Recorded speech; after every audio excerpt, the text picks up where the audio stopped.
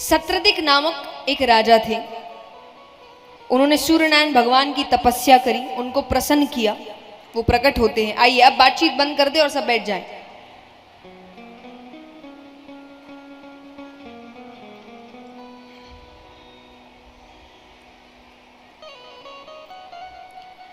उन्होंने सूर्यनारायण भगवान को प्रसन्न किया। वो आते हैं, उन्होंने कहा क्या चाहिए वरदान में। वो कहे कि मुझे वरदान नहीं चाहिए, मैंने तो बस दर्शन के लिए तपस्या करी थी। अब ऐसे भक्त कम मिलते हैं, कोई भी आए तो उसको कुछ ना कुछ चाहिए। तो बड़े प्रसन्न हुए। तो सूर्यनारायण भगवान अपने गले में एक मणि पहनते थे, उस मणि का नाम था समयंतक मणि। कौन सी मणि? समयंतक मणि। उन्होंने वो उतार कर राजा को पहना दी। पहन लिया, चले गए। अब मनुष्य का स्वभाव है, अगर उसके पास कोई कीमती वस्तु है वो उसका दिखावा बहुत करता है। हर कोई करता है, बस अपना अपना तरीका होता है। कोई बहुत ज्यादा करता है, कोई कम करता है, कोई कैसे करता है, करते सब हैं। मान लीजिए महिलाएं हैं, अगर उन्होंने कोई नई अंगूठी पहनी है या नई चूड़ियां हैं, उस दिन उनकी सारी बातें हाथों से होंगी। अगर साधारण दिनों में वो ये कहे कि कहाँ गए थे, यहां रख दो, उस दिन वो कहेंगे कहाँ गए थे, यहां रख दो। या कोई हार पहना होगा तो बार बार उसको ठीक करते रहेंगे, है ना। पुरुष भी कम नहीं है, ये महंगे महंगे फोन खरीदते हैं, ना फोन आया होता है ना मैसेज आया होता है, लेकिन जैसे ही आसपास लोग दिखेंगे जबरदस्ती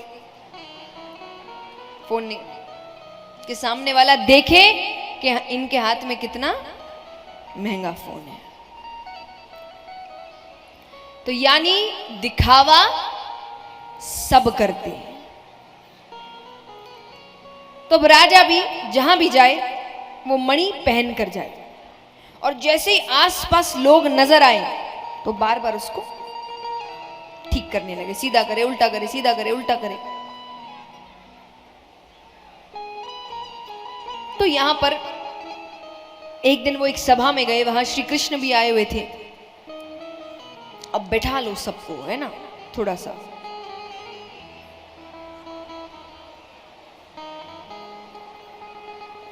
तो श्री कृष्ण भी आए हुए थे, तो अब उनकी नजर पड़ती है।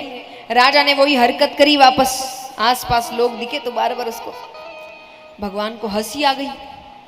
हंसी आ रही कि कितनी मूर्ख हरकत है, क्योंकि देखिए साधारण चीजों का दिखावा चलता है, चलो मनुष्य है अपना थोड़ा मनोरंजन कर रहा है, ये एक देवता की मणि है, यानी आशीर्वाद है, इसको संभाल के रखना चाहिए। इन चीजों का दिखावा नहीं होता। आप पर भगवान की कृपा हुई है, उस कृपा का दिखावा नहीं कर सकते आप। तो कुछ चीजें हैं जिनका दिखावा अच्छा नहीं लगता, तो भगवान को लग रहा है कि ये गलत है, गलत हरकत है, तो भगवान को उसकी सादत पर हंसी आ गई। हंसी आ गई तो हंस दिए। हंस दिए तो राजा ने देख लिया। अब राजा कहे कि कृष्ण मुझसे जल रहा है, बात आई गई हो गई। अब यहां पर राजा के भाई एक दिन शिकार खेलने जाते हैं। शिकार खेलने गए तो मणि पहनकर गए, शिकार खेलने में मणि पहनकर जा रहे हैं। तो सामना एक शेर से होता है, शेर ने भाई को मार दिया, वो मणि लेकर चला गया। थोड़ी दूर गए तो शेर का सामना एक रीछ से होता है, रीछ ने शेर को मार दिया, वो मणि लेकर चले गए। अच्छा, रीछ कौन है? जामवंत जी।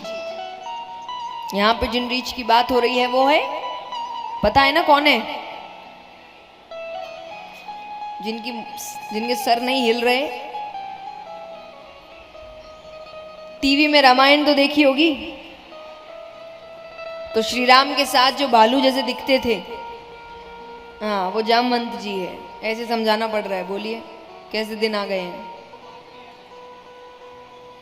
तो वो रीछ जामवंत जी थे, वो मणि लेकर चले गए। चले गए। उन्होंने अपने बच्चों को खिलौना स्वरूप वो मणि दे दी। अब यहां पर राजा को पता चलता है तो वो आते हैं, भाई का शरीर तो मिल गया पर मणि गायब है। अब ढूंढे भी कहां, उनको ऐसा लग रहा है कि जानवरों को मणि से क्या लेना देना, ये तो जरूर किसी ने मौके का फायदा उठाया है।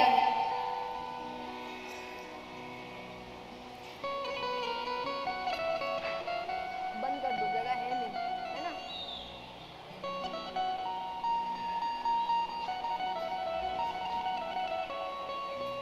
अब बंद कर दो, आना जाना, जगह खत्म हो गई, डिस्टर्बेंस ही हो रहा है।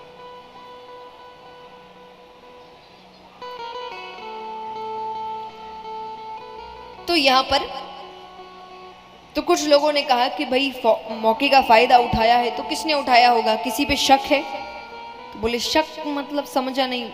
अरे बोले किसी ने मणि को देखकर कोई अटपटी हरकत करी हो। हरकत तो एक ही ने करी थी। उन्होंने शक जताया कि कृष्ण उस दिन मुझ पे हंस रहा था। भगवान के दुश्मन कम नहीं है, वो कह रहे वही चोर है, वो तो प्रसिद्ध है, वृंदावन में जाओ। तो भगवान को बात पता चलती है तो भगवान वहां पहुंचते हैं। भगवान देख रहे हैं कि जहां भाई का शरीर पड़ा था वहां से शेर के पैरों के निशान जा रहे हैं। वो खत्म होते हैं कि रीछ के पैरों के निशान शुरू होते हैं। भगवान उस गुफा तक पहुंचते हैं, दूर से वो मणि चमक रही है। तो भगवान, अब उन्होंने भगवान को अभी तक पहचाना नहीं है, तो भगवान उनसे कहे कि देवता की मणि है, ये आप मुझे वापस कर दीजिए। वो कहे नहीं, मेरे बच्चों को अच्छी लग गई है, मैं अपने बच्चों को नाराज नहीं कर सकता, इतना है तो युद्ध करो, ले जाओ। तो दोनों के बीच मल्ल युद्ध होता है। मल्ल युद्ध यानी कुश्ती। अब देखिए, जब आप कुश्ती लड़ते हैं किसी से तो 1-2 मिनट के अंदर ही आपको समझ आ जाता है कि सामने वाला कितना शक्तिशाली है।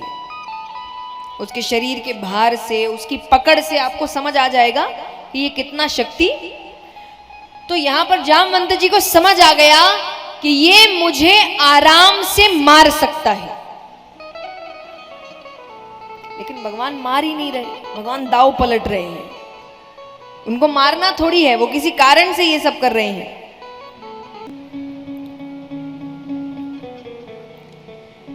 तो उनको समझ तो आ गया कि ये जब चाहे मुझे मार सकता है, पर पता नहीं ये खेल क्यों खेल रहा है, जबरदस्ती का ये नाटक कर रहा है, मारने को अभी मार दे मुझे। और भगवान को मारना है ही नहीं। भगवान ने थोड़ी देर ये खेल खेला, थोड़ी देर बाद भगवान को लगा अब काफी हो गया। तब भगवान ने उठाया धनुष। धनुष उठाते ही भगवान बाण खींचते हैं। बाण खींचते ही उनको साक्षात मर्यादा पुरुषोत्तम श्री राम के दर्शन होते हैं। बोलिए श्री रामचंद्र भगवान की। राम जी के दर्शन होने के बाद तो उन्होंने चरण पकड़ लिए। प्रभु, मैंने आप पर हाथ उठाया। भगवान कहते नहीं, मैंने करवाया। क्यों करवाया? मुझ पर पाप चढ़ाया। भगवान कहते हैं कि राम अवतार में रावण के वध के बाद सब प्रसन्न थे सिवाय तुम्हारे। तो मैंने तुमसे पूछा तुम्हें प्रसन्नता नहीं है, तो तुमने कहा था कि रावण बहुत बलशाली था, मेरी इच्छा थी कि मैं उसके साथ मल्ल युद्ध करता। मेरी इच्छा तो इच्छा ही रह गई। तो तब मैंने तुम्हें वचन दिया था कि मैं तुम्हारा युद्ध रावण से भी ज्यादा बलशाली पुरुष के साथ कराऊंगा। मैंने अपना वचन पूरा किया। अब मुझे वो मणि दे दो। वो कहे दूंगा, पर दहेज में। अच्छा, दहेज, उस समय का दहेज और आज के दहेज में जमीन आसमान का फर्क है ना। पहले मन से देते थे, आज मांग कर लेते हैं। और पहले सिर्फ बेटी को देते थे, सबके लिए नहीं भिजवाते थे। इसका ये तो बात क्या थी, कहते ना कि शुरुआत अच्छे कारण से होती है, बाद में हम जब वो कारण खत्म हो जाए तो वो चीज भी बंद हो जानी चाहिए, लेकिन हम उसको गलत राह पर ले जाते हैं। तो पहले धन के तौर से स्त्रियां काबिल नहीं थी कि पुरुष ही बाहर काम करते थे, क्योंकि खेती इत्यादि ही होती थी, वहां पर पुरुष ही ज्यादातर रहते थे। तो जो पिता है वो बेटी की सुरक्षा के लिए बेटी को देते थे कि इसको किसी के सामने हाथ ना पसारना पड़े, ये इसका है, इसकी सुरक्षा है। ये इस कारण वो अपनी बेटी को अपने मन से देते थे और वो उसी के पास रहता था। पर आज मांग कर लेते हैं, सबके लिए लेते हैं और नाम लगाते हैं कि भाई ये तो पहले के रीति रिवाज है। पहले के नहीं है भाई, आपके बनाए हुए हैं। मैं हमेशा कहती हूं कि भगवान ने कभी कुछ गलत नहीं किया था, बीच वाले लोग खराब कर देते हैं। हर चीज अच्छे कारण से बनाई गई थी, लेकिन बीच में आकर फिर जिनको अपने नए नियम बनाने हैं वो नाम भगवान का लगाते हैं, क्योंकि उनको पता है वो तो नीचे आएंगे नहीं, वो तो आएंगे नहीं बोलने के भाई ये मेरा किया धरा नहीं है, ये इनकी सोच है, मुझे मत बीच में लेकर आओ। तो वो बस लगाते हैं भगवान का नाम कि भगवान ने कहा, भगवान ने किया। तो भगवान ने ऐसा कुछ नहीं किया था। तो यहां पर जामवंत जी के तो उन्होंने कहा कि इसका मतलब समझते हो? बोले आपको मेरी बेटी से विवाह करना पड़ेगा। भगवान कहते मेरा विवाह हो चुका है। पहले राजाओं के विवाह होते थे, लेकिन फिर भी जब भगवान ने मर्यादा पुरुषोत्तम का रूप लिया था तब एक ही विवाह किया था, यानी मर्यादा यही कहती है। पर उस वक्त भगवान श्री कृष्ण अवतार में वो राजा है, तो उन्होंने कहा कि एक हो गया, एक और सही। लेकिन अगर हां मेरी बेटी में मनुष्य वाली सुंदरता नहीं, ये सोच आप रख रहे हैं तो बात अलग है। तब भगवान ने बड़ी सुंदर बात कही थी कि मेरे लिए सब सुंदर है, क्योंकि सबको मैंने बनाया है, मैं कोई खराब चीज बना ही नहीं सकता। फिर से भगवान यह कहे कि कौन सुंदर है और कौन सुंदर नहीं, ये रूप तुमने बना दिया, कि तुमने एक रूप को कह दिया, इसको ही सुंदरता कहते हैं। मैंने तो सबको सुंदर बनाया, इसलिए सबको अलग बनाया कि उसके जैसा कोई और नहीं है। आज यहां देखिए सबके चेहरे अलग है, सबके चेहरे, क्या विचार सोचिए। हम आज कहते हैं ना कि भगवान का कार्य देखिए, आज कोई भी चीज नई निकलती है, चाहे सामान निकल रहा है, कोई इलेक्ट्रॉनिक सामान निकल रहा है, जो भी है, आए दिन उसमें बदलाव चाहिए, बदलाव करना है, अपग्रेड करना है, अपडेट करना है। यानी मनुष्य एक बार में कोई ढंग की चीज बना ही नहीं सकता कि उसको जीवन भर वो चला सके, उसको बार बार उसको बदलना। भगवान ने एक ही बार इंसान बनाया, आज तक वैसा ही चल रहा है।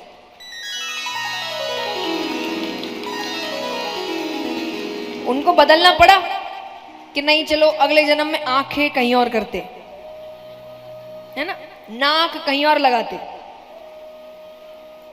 एक ही बार बनाया और वो ही युगों से चल रहा है और अच्छा ही चल रहा है। तो यहां पर भगवान कहे मैंने तो सबको सुंदर बनाया, इसलिए सबको अलग बनाया, कोई एक दूसरे जैसा नहीं दिखता। अपने आप में हर व्यक्ति सुंदर है, लेकिन तुमने सुंदरता को एक रूप दे दिया। तब भगवान का यहां विवाह जामवंती के साथ होता है।